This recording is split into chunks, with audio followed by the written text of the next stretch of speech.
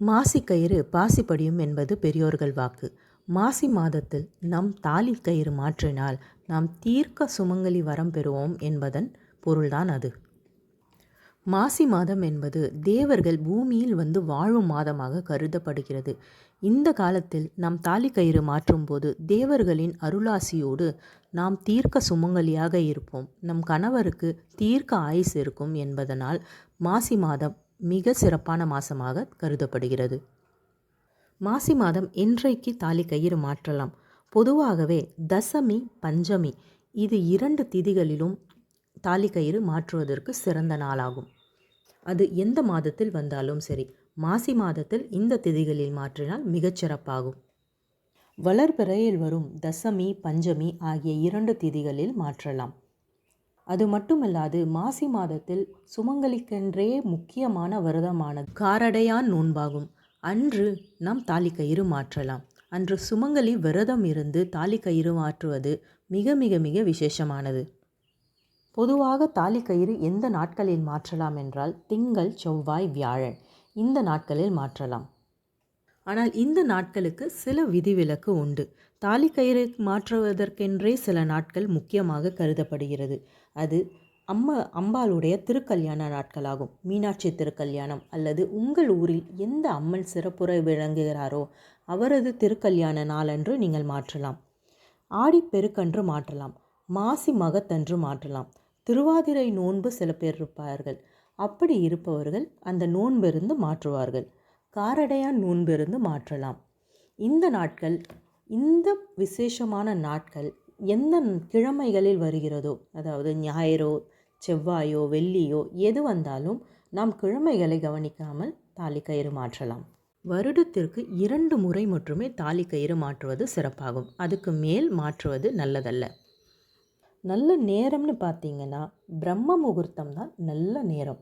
அந்நேரத்தில் நீங்கள் மாற்றுவதற்கு எது ஒன்றும் பார்க்க வேண்டாம். அப்படி பிரம்ம முகூர்த்தத்தில் மாற்ற முடியல அப்படின்னா நல்ல நேரமாக கேலண்டரில் அன்னைக்கு என்ன நேரம் குறிப்பிடுகிறதோ அதை வச்சு மாற்றலாம்.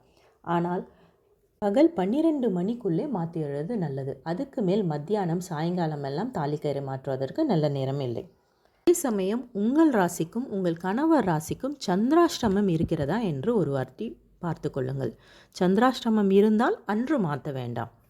தாலி கயிறு மாற்றுவதற்கு முன்னதாகவே நாட்களை குறித்து வைத்துக் கொள்ளுங்கள். அதற்கு முன்பே தேவையான பொருட்களை வாங்கி வைத்துக் கொள்ளுங்கள். மறுநாள் சுத்தமாக குளித்து பூஜை அறையை சுத்தம் செய்து தாலி கயிறு மாற்ற வேண்டிய தேவையான பொருட்களை ஒரு தட்டில் எடுத்து வைத்து கொள்ளுங்கள். நீங்கள் தாலி கயிறு மாற்ற அமர்ந்தால் அதற்கப்புறமா எழுந்துக்கக்கூடாது. அதனால் தாலி கயிறு மாற்ற என்னென்ன தேவையோ எல்லாவற்றையும் தட்டில் எடுத்து வைத்து கொண்டு ஆரம்பித்தது முதல் முடிப்பது வரை அங்கேயே தான் உட்கார்ந்திருக்க வேண்டும். முதலில் குலதெய்வத்திற்கு ஒரு விளக்கேற்றி நன்றாக வேண்டிக் கொண்டு, உங்கள் கணவர் உங்கள் அருகில் இருந்தால் அவரையும் அழைத்து கொள்ளுங்கள். அல்லது உங்கள் வீட்டில் பழுத்த சுமங்கலி யாராவது இருந்தால் அவர்களையும் உதவிக்கு வைத்து கொள்ளலாம். அல்லது நீங்களே கூட செய்து கொள்ளலாம்.